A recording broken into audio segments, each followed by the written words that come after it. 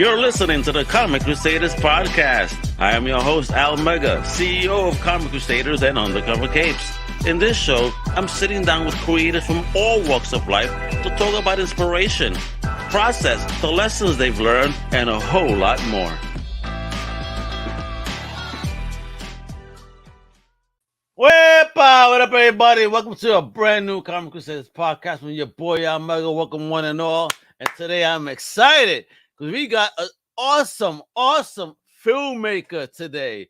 I mean, more than that, he's the president of What Comics Entertainment, and he's showing love to the comic book world for real. I need to get insight into why, because, he's showing love to Cerebus, folks. I mean, that Dave Sims classic character, OMG.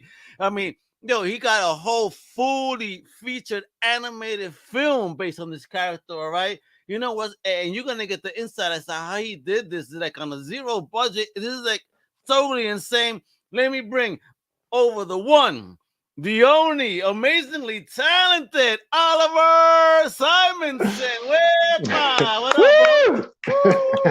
Thank you for just about the best intro ever. Thank you. That was kick-ass. I'm energized, bro, because you got me energized. I saw the film, bro. Thank you. Thanks for giving me that link so I could check that out and find this awesome character, bro, based on the comics. I'm like, on CG. And then you gave me some other stuff that we're going to talk about. I mean, bro, thank you. It is an honor to be here. And thank you so much for helping spread the word. I mean, it's a no budget, no PR budget venture. So thank you. Yeah. See, but this is like guerrilla filmmaking right here. Right? Doesn't get any more independent than this. Yeah, and I love it. So before we get into the awesomeness of the film that you produced, Oliver, a little bit about yourself. Where you're from, or OG? I was born San Francisco, 1968. Turning 54. Hey, bro, and you still like a young man, but don't you worry, bro. Thank you. And I've been reading Cerebus pretty much from the get-go, and our film is based on early Cerebus. And thank God Dave Sim let us go ahead. He was very skeptical, and he fulfilled a dream of mine. So thank you. We're gonna definitely get into that. So are you still in San Fran? You never left? No, I'm in LA now. You're in LA. Okay. Yeah, Los Angeles. Sorry. Is it a different type of lifestyle between the two? I mean, how is it there? Oh, right, so I should point out I never really lived in San Francisco except for when I was super little. Okay. Not too long ago, I lived in Santa Rosa for 3 years. The fires hit us, burnt down our place. Well, basically burnt down our place. I'm sorry. Yes, sorry. These folks, bro, victims and stuff like this. Oh my God, I'm so sorry, man. I mean, but everybody's okay, correct? And the family, yeah, we all made it out all right. Thank God. A little PTSD maybe, but yeah. I went through a fire too, and let me tell you, anytime I hear a fire alarm go off in a place, bro, I get panicky for real. Yeah. I go, shit, what the hell's going on? Not again.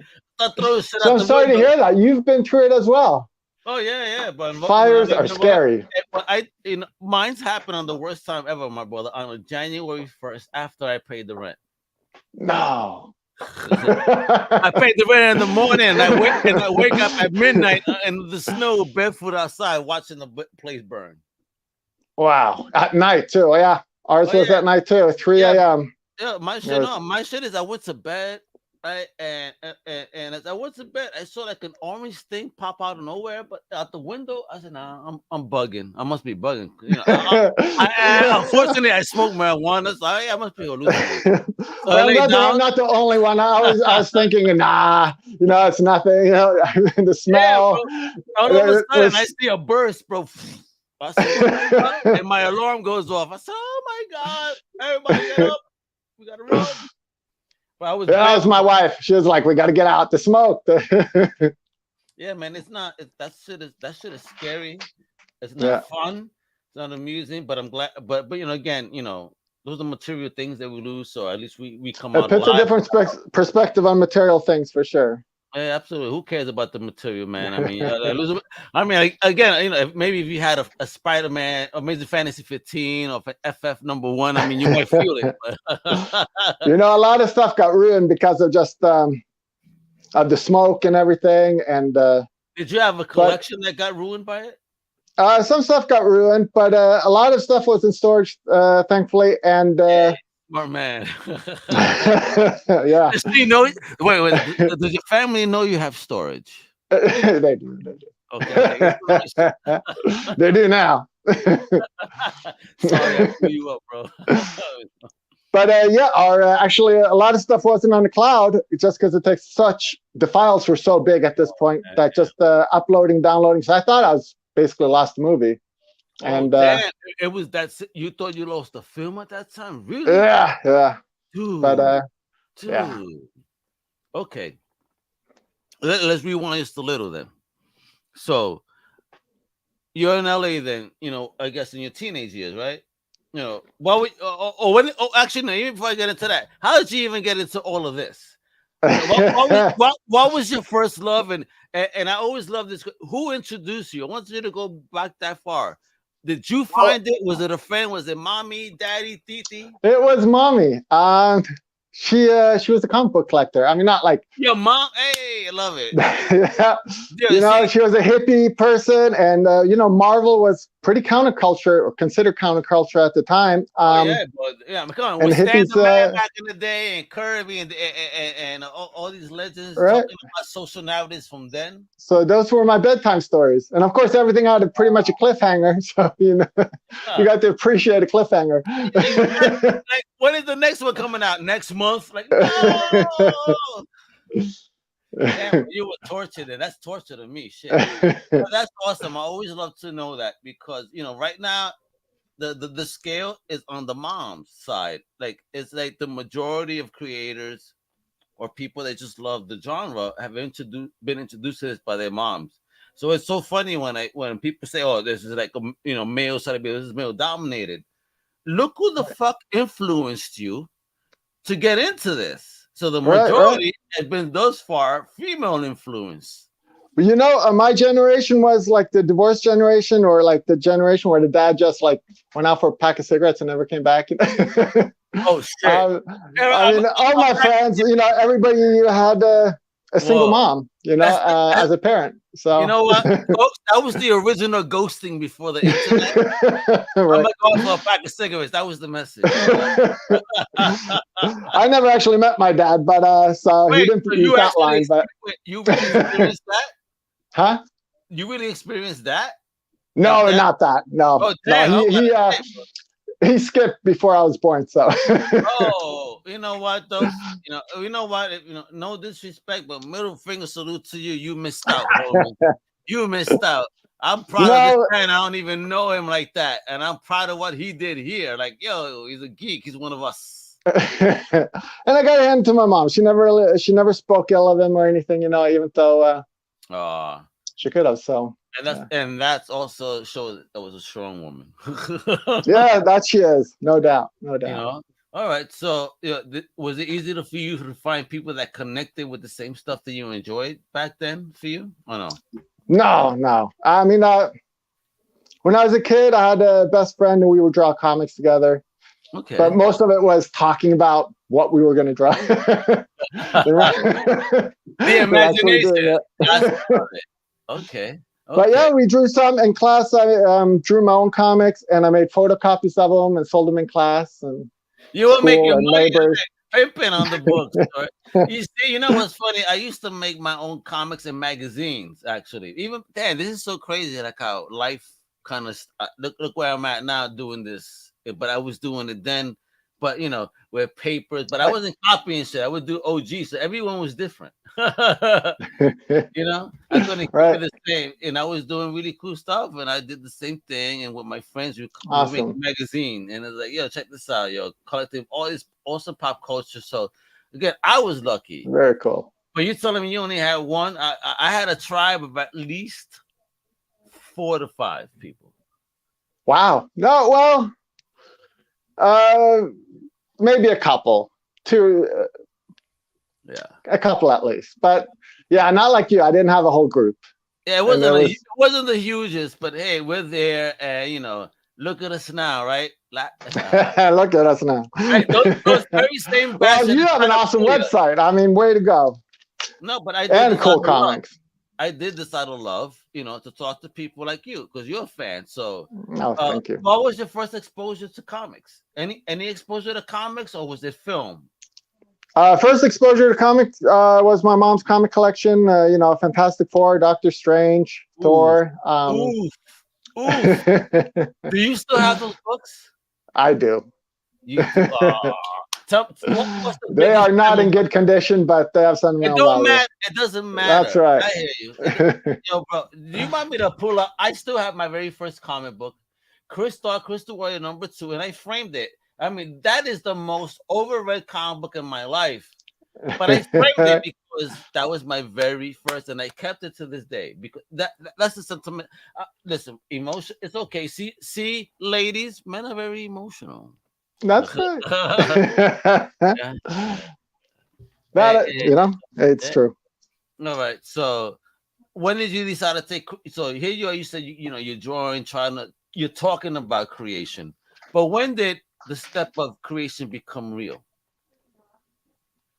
Like as far as let's see. I did Captain Zap, a self-published comic book that got, people were really nice to it. Towards it.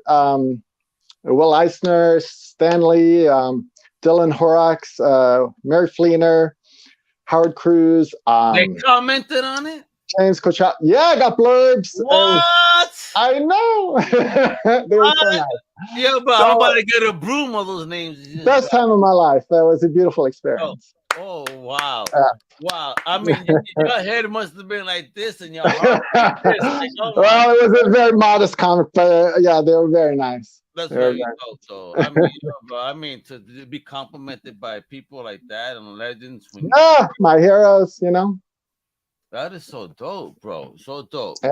So, but was it hard to step into that creative journey? What were the steps you were taking then? Because that's obviously, you stepped into this pre-internet, correct? Yeah. That was what early mid-90s. Oh shit! It was right before pre-internet. It was right before what were they called? The distributor went right before the distributor stuff exploded or imploded. Okay. Oh, gotcha. All right. What was it called? City. What were they called? There was basically Diamond, and then there was City. What were they called? Diamond's like main competition. Yeah, I understand. And right now, again, unfortunately, smoked the blunt before the program, so asking me to dig that past with short-term memory is a problem. anyway, yeah. So around that time, and I got 6 issues out and held a pretty good schedule, and that was a great time. Wow. Maybe it would have kept going if it hadn't been for the whole distribution thing. I don't know. When let me ask you though, the black and white thing crashed, who knows? But let me ask. I'd like to think so. How did you even step into wanting to? And what was the journey like to learn how to create? Because you can't just create a book out of nowhere, right? I know you were messing out with your boys, but where did you go and how did you navigate to learn pre-internet, pre-YouTube? To create a book? Well, Dave Sim had self-publishing comic, and a comic about self-publishing, and there would be resources out there. There were magazines at the time, and various creators sharing what they did. But basically, you figure out what kind of paper, pen, and how to submit to Diamond. And there's a little bit of a learning curve, but it's pretty straightforward stuff. And I should add that my comic was pretty minimalistic, so it wasn't like there wasn't Mozart. Or was it Van Gogh or some shit? Shit. It wasn't like impressive on a visual level. It wasn't like, whoa, look at all that cross hatching. But you know what though? You did something. A lot of people can't say that. You know what I mean? So, I'm very proud of it. And you put yourself out there. That's what I'm saying. We gotta give love and respect to people like yourself. That for you to put your products out there, just because that's a piece of you. You're sharing of yourself. So, bless You you for know, hearing of that. You know what I mean? We're blessed for the anybody opportunity. who does that, it's a brave thing to do for It sure. is. It really is. I It's mean, I nerve hate, wracking. and this is why I hate when people, want to shit on. Like, you know what? If you don't like it, shut the fuck up. And if you enjoy it, go ahead and give it a compliment. But if you don't like, don't be. I hate when people are dickish about things. You know what I mean? Right. And speaking of nerve wracking, first time live. So, woo! Hey, that's right. Yeah, I'm popping this steady. Yeah, but see, You are. Hey, thank you. I'm very gentle. I'm very nice. So with that, now I want to start getting. So you're doing comics, right? So how did this turn into you wanting to get into a creation of film or animation? I mean, how did that even get into your mindset? I did go to film school, and I've always, comics is my big love, but What I've school? always What loved the school? other What stuff. school you went to for film? Cal State Long Beach. Oh, damn. Okay. Awesome. All right. At the time, the film program wasn't that impressive, but from what I understand now, it's really great stuff. Were you doing comics at the time that you were enrolled? A little bit in the school newspaper. Okay. I had a few things. So, do you think? But nothing major. Nothing major. Did the film program help you to learn to write? Basically a screenplay or a story on the comics, or again, you always had that. A little bit. Also, after film school, I took some classes at the Animation Guild. Has some classes, so I did some storyboarding classes there as well. And okay, cool. Some different stuff. Yeah. So, do you think that's an important thing for creators to do, to learn storyboarding? Nah. I mean, I liked it. It is a bit different from like if you just do a comic book, but I mean, unless you want to get into storyboarding or filmmaking, then I don't know if it's something that really helps you as far as making a comic. But if you want to do film, yeah, even if you just do stick figures, then you should do storyboarding and just map out your whole movie. So, what was the day you decided to say, "Okay, here I am, a comic creator. I need to make a movie"? What happened? Well, where did the decision really come from? So, when I was doing Captain Zap, and even back then, you're at the conventions and everybody's talking about how it's gone all Hollywood and there's no room for comics, and there was this whole idea of comics selling out if they were made, movies were made out of them. This was back then, where the division between indies and mainstream were big. It was during the grunge era. I know, brother. Gen X. I lived that too. We a lot of people were just dicks at the to be honest, at the time. And that's what it was, bro. I mean, we had to deal with it. So an idea was, how about if we could do, indie cartoons, like just like indie comics are made. So let's give that a whirl. Now, I did not do a storyboard of everything ahead of time, and it wasn't well planned or anything, because I just, who knows if this thing is going to fly or not? Who knows if you're going to get people into it? And started with a few people, and it started snowballing, and you kept asking around, and the thing had some traction. So you kept going with it. So when you say you're asking around, like, where are you asking?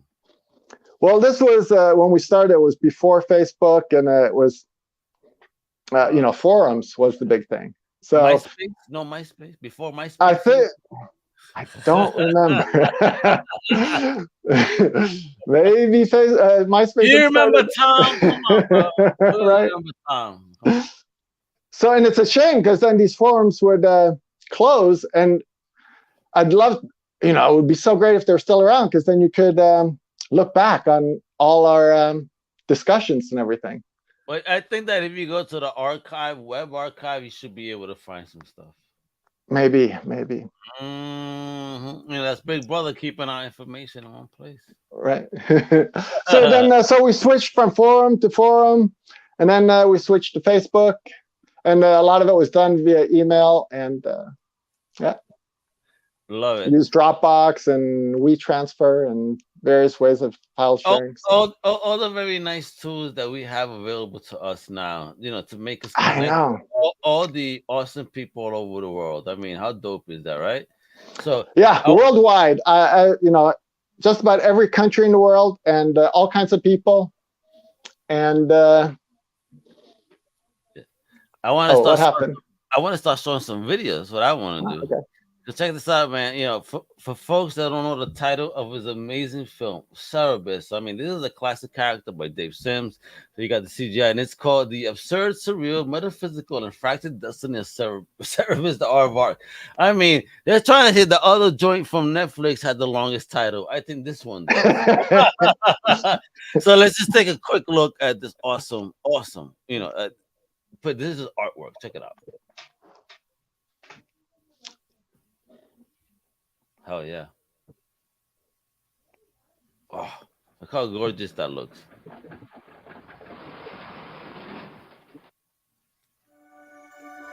Fire. Flowers? What madness is this? If he seeks to stop Cerebus with flowers, he...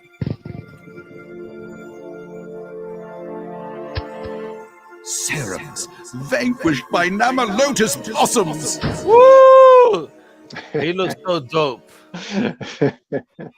He looks beautiful.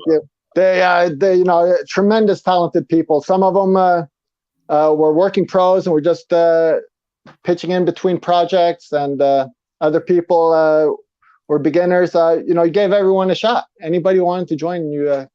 So how were you? I mean, so what was like the test like? I mean, in order for them to get involved for the film, was it anything, or you was like, yo, let's do it? If you're interested, let's get it done. I mean, is there any vetting or anything like that to get involved? Vetting in the sense that it was a very democratic process. So people would sometimes redo other people's work. Respectfully. Everybody kept a really nice vibe. Really, it was very Woodstock-like, So it was. Love it. So I want to ask. I want to show this, and then I want to ask about Mr. Sims when you approached him, because this is obviously very key in the story. Like, I mean, you do something based on somebody else's work, so I need to know, how do you approach people like that? So let's do this trailer test for Cerebus. The creature is gray and furry? Yes, Your Eminence. The mold on our crops is gray and furry? Yes, Your Eminence. And who caused our crops to turn gray and furry? Somebody that looks gray and furry? Now you see why I am the learned priest, and you are but a toiling farmer. The living Tarum imbues all his priests with this kind of deductive reasoning. Oof. And the way you do him too, I want to smack this guy. Necros the mad. Necros. Eh? And what makes you think that I'm Necros the mad? Look at what you're wearing, bro. I have a green screen suit like that, dude. Is this work of a madman? Yes.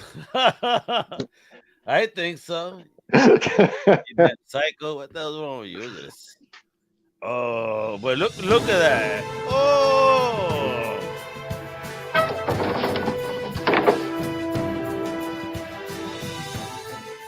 Look at Cerebus looking like a hero, man. Oh, and I love that scene too, man. Let me tell you, homie went in there. He wasn't playing around. He walks in and folks, I won't ruin it, but let me tell you, that's a very fun scene because he. And, thank you. And let's talk about it. Dave Sims, how did you even approach him to say like, yo, I want to do something based on this? And how many issues of Cerebus did you have? Or was it something you just picked up on? No, I've been reading Cerebus since, well, basically from the beginning. I lived in Norway at the time, so my You my live in purchase of- Norway. I did. How the hell did you go from LA to Norway? What happened Well, there? my mom's Norwegian, so Okay, nice. yeah. All right. So I lived in Norway for a good chunk of my childhood, and they sold Cerebus at the bookstore at the university that was near where my mom worked. So I'd head up there, and they had the cool university comics like ElfQuest, Cerebus, and yeah, that kind of stuff. So that really deep shit that very outside of the mainstream at the time. Right. Again, very limited and truly for the geeks in the culture.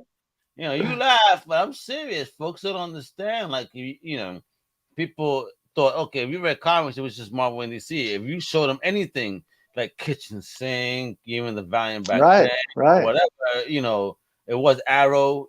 They're like, what are you talking about? What is that? Right. Oh, that's whack. Absolutely. I mean, whack because you don't know about it. Get out of here.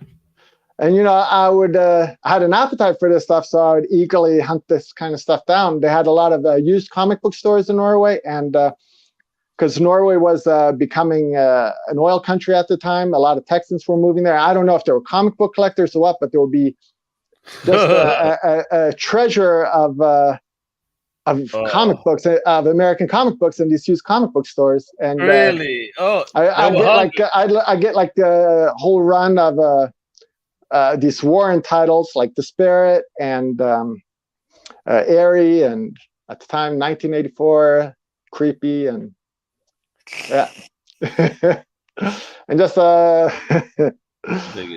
these titles. And I want to show one more video that you sent me, yo. I mean, because everything you've done, I've seen. I saw the flick, like I said, but folks, if you haven't watched it, if you got Tubi, Plex, you could do it. And what's the joint that you could pay 99 cents for? You could even get it like commercial free. What is that joint? Yeah, there's it's on Tubi, Plex, and Comcast has a streaming channel called Exumo, and you don't have to register or anything, and you can just go in there, search. You can watch it on TV, and you can watch it on any of the streaming channels for free. Let me ask you though. I mean, how did you even navigate that? To find these different platforms to be able to put your film on. I mean, I know. Was that an easy task? I mean, and what type of footwork did you have to do here to make sure that your film was on platforms like that? I mean, what was that called? OTT, right? Or something like that. So it's I don't know, but yeah, the way it was done was I was just doing some research, like distributor. What do you do? Like, how do you get your movie out there? And I came across something called film aggregators. I had no idea what that was, and I guess the biggest one is Film Hub, and super easy. So I sent it super easy, and you send it to Film Hub. You get to keep the rights to the movie. So Dave Sim owns the movie, and then they just automatically send it out. Gets picked up by various streaming channels that might be interested. Oh, nice, man! So it was like, wow! I didn't even know it was on. It was out because I sent it into Film Hub, and once it was processed and everything, I figured, okay, I'll check in again, in a week or something, or in a few days, and overnight. I guess I had gone to a channel, and so I found out after the fact that I was playing somewhere. Yeah, like what the hell's going on here? Oh, shit. Yeah, awesome. I mean, that must have felt pretty good. It was so great. It's like, wow, it's like a real movie. We're on TV. Yeah, let's do it. So let's check out this last video. Cerebus battles serpent work in progress. Okay, right? Check this out. I love that. How you do it. 1,000 deaths will you suffer.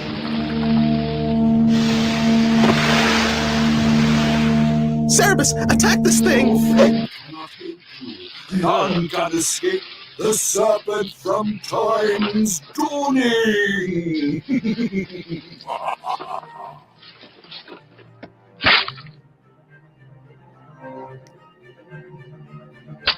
Stabbing the eye. Look at this guy. Jeez. He wasn't stopping on the stab. He climbed this guy like this. Whoa. I mean, how much fun did you have, creating the film? I was living the dream. I was in my element. I loved it. It's, I would joke, it's like watching paint dry, but there's so many little challenges and so many little victories along the way. And everybody was just so nice and so great. And I was just having a great time. See, and you are an evil man because at the end of this, it says to be continued. Oh, probably not, but hey, you never know. Fingers crossed. Gotcha. So I mean, what was the anticipation? What are we looking for here, man, brother? I mean, well, obviously, I would definitely need, as much as I enjoyed it, I would definitely need a budget, and also the internet has become a much more cynical place now. I mean, when we were doing this, the internet was, much more idealistic place, much more friendly. I get it. I mean, it's because people decide to be assholes because instead of talking about what they love, they want to be, assholes, if you will, and just try to spread hate on things. But, my first question to them would always be is, what are you doing?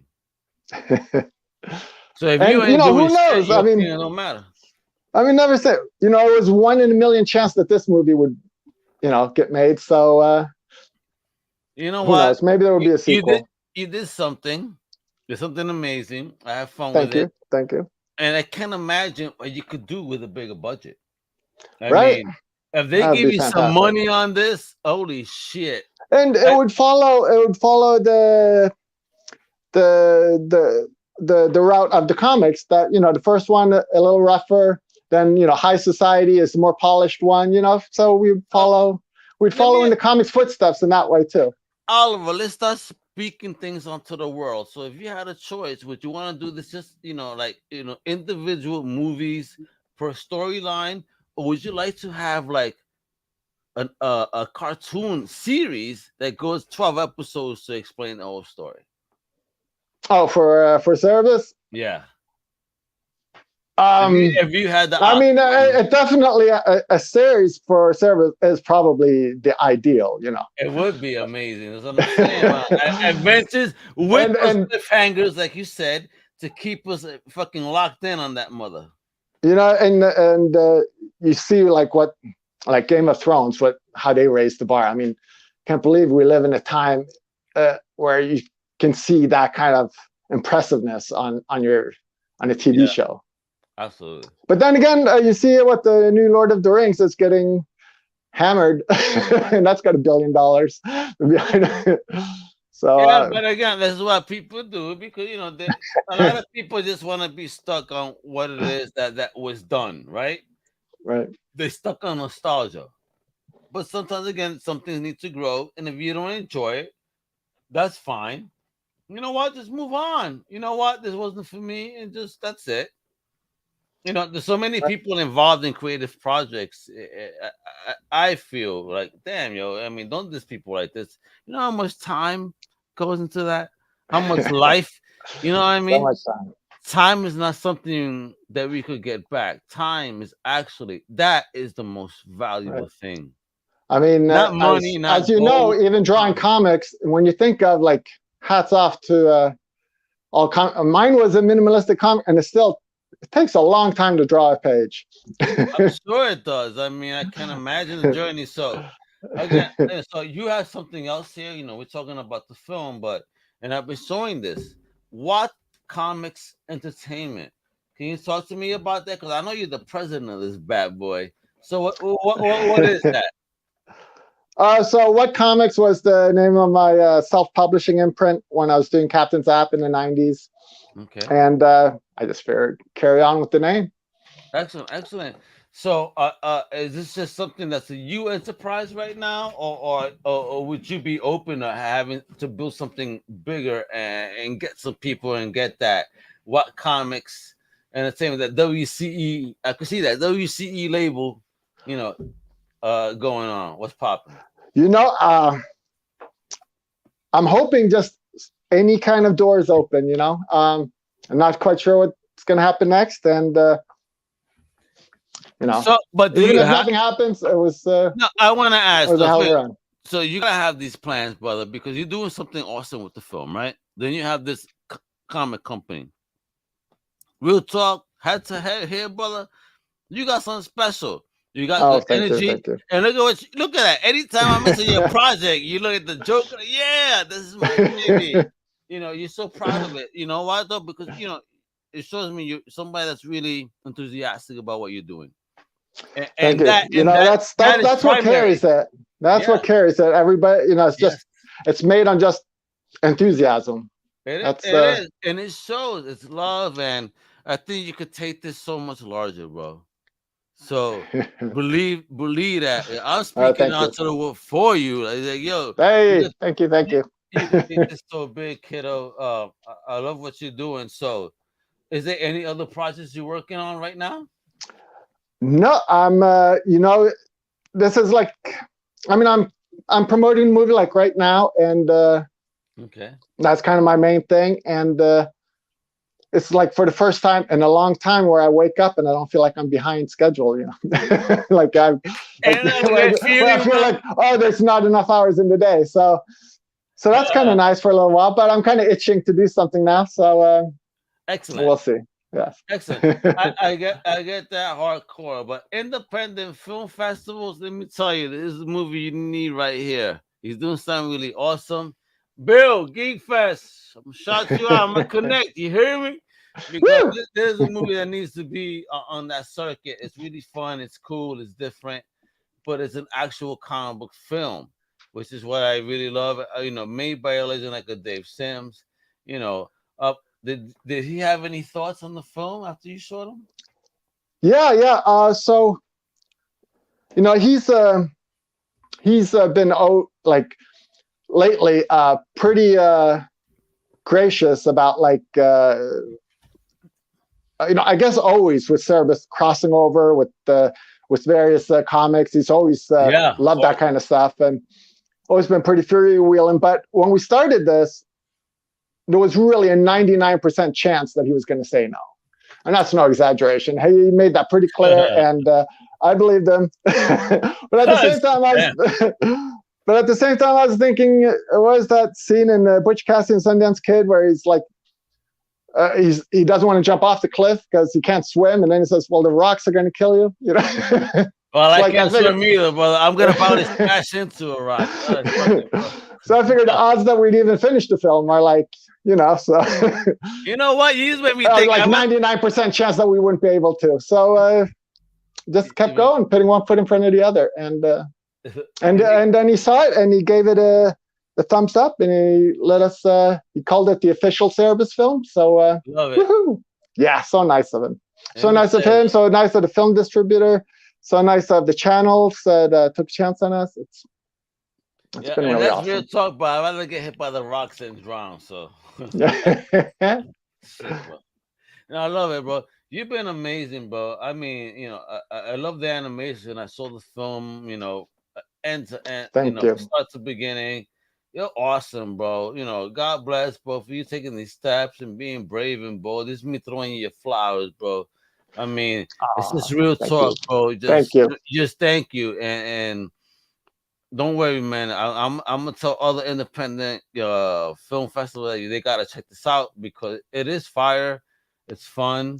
Thank you so much. Be prepared. I'm going to use Comic Crusader blurb on this promoting this movie. Go ahead, brother. You saw it. I mega loved it. I had a blast because again, I appreciate everything comic related because look what we're getting. Back in the day, we suffered through horrible things.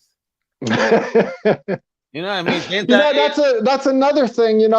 Growing up and reading the Fantastic Four comics, and then seeing the Fantastic Four cartoon, you know, and you kind of wondered. I'm not one to talk now. I appreciate it so much more because you realize how hard it is to make a cartoon. But still, you can start thinking like, how can we translate comics? Or even the Roger Corman movie when Mr. Fantastic stretches his arm and you can see the string and his arm is going. You know, like I watched that for the first time not too long ago, and isn't it? you know, hats off, great Dr. Doom. You know, Dr. Doom and the Thing look dope, but I mean everything else. Had some good things going for it. Yeah, but I always you saw not too long ago. Don't you love those? Have you seen the 70s Doctor Strange film? No, I've not seen that yet. Oh my! I've got God. to. Of course, I've got to. Write it You know- down. Make it a mission to watch that one. And you're gonna be like, "Ow, I hate you for making me watch this." You know, now that I've been on the other side of it and seeing how hard it is, Or maybe you'll I'll probably never say anything bad about another movie. like, "Ow, just okay, whatever. Thank you." You be seeing some money shit, but bro, you know, for real, you're awesome. Thank you. Thank you for being creative, for real, folks. I want you to check out his website, whatcomicsentertainment.com, right there. Follow him on Twitter. Check out what the film is about, for real. You already saw some of the clips. Isn't the art beautiful? You know, no budget, working with a team of people that are just as passionate and on fire like him. I mean, and like us, right? We're all passionate about the things that we love. So look at that. This is the person that, you know, spoke it out to the world and made it happen. So, and we could see this on Plex, on Tubi, and a couple other places. And we're going to be seeing this on some independent film circuits as well. All right.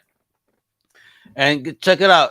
All the videos I showed and more is going to be available on the YouTube channel. So check out What Comics Entertainment on YouTube, folks. All right. Show the big homie the love and tell them Mega sent you, yo, because that's what it is, man. Comic Crusaders here to support independent, not just in comics, but in filmmaking and business and all, because we're here to rule the world. You know, small business is where it's at, yo. So support small business no matter what it is. Independent, small business, no matter, you know, who you are, man, because we're all here at the end of the day. We're all Americans, right? No matter what color, race, gender, sexual orientation we are. That's right. Let's, you know, keep building as entrepreneurs, this amazing country.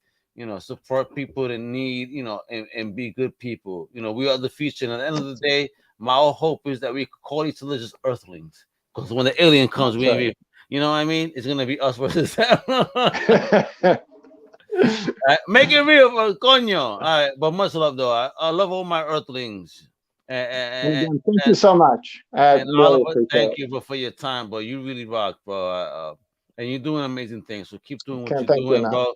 Keep going on this journey, man. I can't wait to see what else you do with it. And then one more time, folks, What Comics Entertainment. Follow on Twitter, Cerebus Film. If you don't know how to spell Cerebus, let me spell it out for you. Cerebusfilm. Cerebus Film on Twitter. Okay, but what, like this says, What Comics Entertainment. And you're going to be digging what you see there. Oliver, you rule. Mi gente, my author tells you what to do. You rule. Nah, man. This is all about you. Comic Crusaders is about crusading for the independent creator and the future of every type of pop culture thing out there, whether it's music, comics, cinema, film, business. Let's do it, kiddo. Let's rule the world. And with that, I'm Al Mega with the amazing Oliver Simonsen. Bless. Hasta la próxima. Thank you for listening to the Comic Crusaders podcast. If you like the content, please subscribe and turn on notifications. Also, please visit comiccrusaders.shop and our extended podcast family over at undercovercapes.com. And also make sure to download the Comic Crusaders app on the Google Play Store today.